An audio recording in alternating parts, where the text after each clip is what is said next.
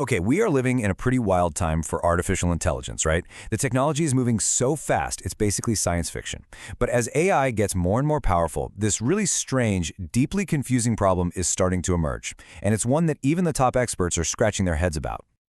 This is the big question. It's the central paradox that has everyone stumped. I mean, on one hand, these models can pass the bar exam, they can write incredible code, but on the other hand, they can get stuck in these bizarre, simple loops that a 5-year-old would figure out. So how can both of these things be true at the exact same time? And hey, don't just take my word for it. This quote from Ilya Sutskever, who was one of the key minds behind modern AI, he gets right to the heart of it. He's pointing out this massive disconnect between what an AI can do on paper and how reliable it is in practice. It's this mystery, this gap between brilliance and just total brittleness that we're going to unpack today. All right, so let's dive right into our first section, the AI performance paradox. We're going to explore how something can seem so incredibly smart and yet be so fragile. And it turns out the answer has a lot to do with how we've been measuring intelligence all along. You see, the whole industry measures AI progress using these standardized tests, or evals, as they're called. Think of them like the SATs for AI. And on paper, these models are getting absolutely incredible scores. But here's the catch. Acing a test is not the same thing as actually understanding the material, right? And this creates a huge gap between a model's test score and how it actually performs in the real world. I'm sure a lot of you have felt this pain, especially if you've tried to use it for coding. You get stuck in this maddening loop. You ask it to write some code, it makes a bug. You tell it to fix the bug, and it introduces a brand new one. You point that one out, and it brings back the original bug. It's like it has zero memory of what it just did, it's just matching patterns, often running you in circles. So to really get how we ended up here, we have to look back at the philosophy that has totally dominated AI for the last few years. It's called the Great Age of Scaling. For a long time, the secret sauce for making better AI wasn't really a secret at all. It was just a simple recipe. Step 1, get way more data. Step 2, throw an insane amount of computing power at it. Step 3, build a bigger model. And voila, you got a predictably smarter AI. Now, this whole period wasn't really about groundbreaking new ideas or scientific breakthroughs. It was an engineering challenge. And from a business perspective, this was a dream come true. It was a low-risk bet.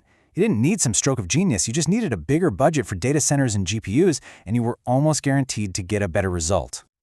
But that simple recipe is really starting to show its limits. The improvements we're getting from just making things bigger are getting smaller and smaller, while those fundamental flaws we talked about, they're becoming way more obvious. We are, for sure, hitting a wall. A really great way to think about this is the crammer versus the genius analogy.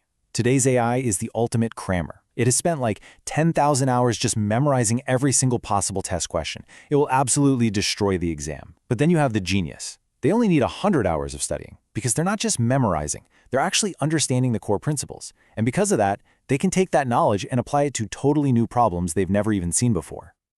And that's exactly where we are with AI. Our models are spectacular crammers. They've been brute force trained to ace the test, those evals we were just talking about. What you get is an intelligence that's incredible at tasks it's already seen, but it's brittle, it's inflexible when it's faced with something genuinely new. It just doesn't have common sense. So this brings us to a huge turning point. The industry is realizing that just making the crammer study even harder isn't going to cut it anymore. It is time to go back to the drawing board. We are entering a new age of research. And Sutskever sums up this whole shift perfectly. The era of easy, predictable scaling, it's over. Now the real challenge is to start asking those fundamental questions about what intelligence even is all over again. Only this time, we have all this massive computing power we built. This little timeline kind of puts the whole journey into perspective. We had this big explosion of new research back in the 2010s. That was followed by the age of scaling, where we basically just took those ideas and made them bigger.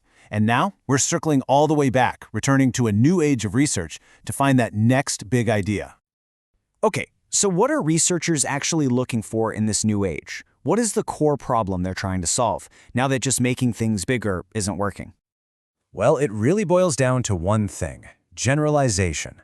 That's the ability to take a skill you learned in one situation and apply it to a totally new one. It's something we humans do without even thinking, but it's where AI still just profoundly struggles. And so the holy grail of this new research age is a concept called continual learning. This is the big vision, an AI that doesn't have to be retrained from scratch every single time. Instead, it can learn, it can adapt, and it can build on what it already knows, on the fly, just like a person does. Now, one of the key ideas to get there is something called a value function. The easiest way to think about it is like an AI's intuition or its gut feeling. It's a way for the AI to kind of sense if it's heading in the right direction long before it gets a final you win or you lose score on whatever it's doing. Take a game of chess. A good player knows instantly, the second it happens, that losing their queen is a total disaster. They don't need to play out the next 30 moves to know that. That immediate feeling of, uh-oh, that was a really bad move, that's a value function in action, and it makes learning way, way more efficient. So let's play this out for a second. If researchers can actually crack this puzzle, what does that future look like? What's really at stake if we can create a true continual learner? This is a huge shift in what we're even trying to build. The goal isn't to build a giant, static library of all human knowledge. The goal is to build the ultimate student, an intelligence that has the basic ability to learn any skill, any job, any discipline you throw at it.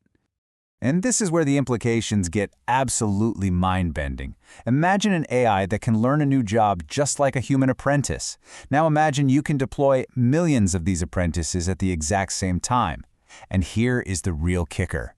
They could merge everything they learn, all the unique experiences from millions of different jobs, into a single, unified mind. The potential for economic and scientific growth is, well, it's staggering. So, there you have it. We've gone from a simple, almost industrial recipe of just adding more data and more compute to being on the verge of a fundamentally new kind of learning. This is the journey from brute force memorization to what could become true, adaptable intelligence. Which leaves us with a final, massive question. Forget about an AI that can just pass a test. Imagine an AI that can learn any job a human can, but 1,000,000 times at once, and then pool all of that experience together. That is the future that the top researchers are racing towards right now. And the real question isn't if, but when. And are we even remotely prepared for what that actually means?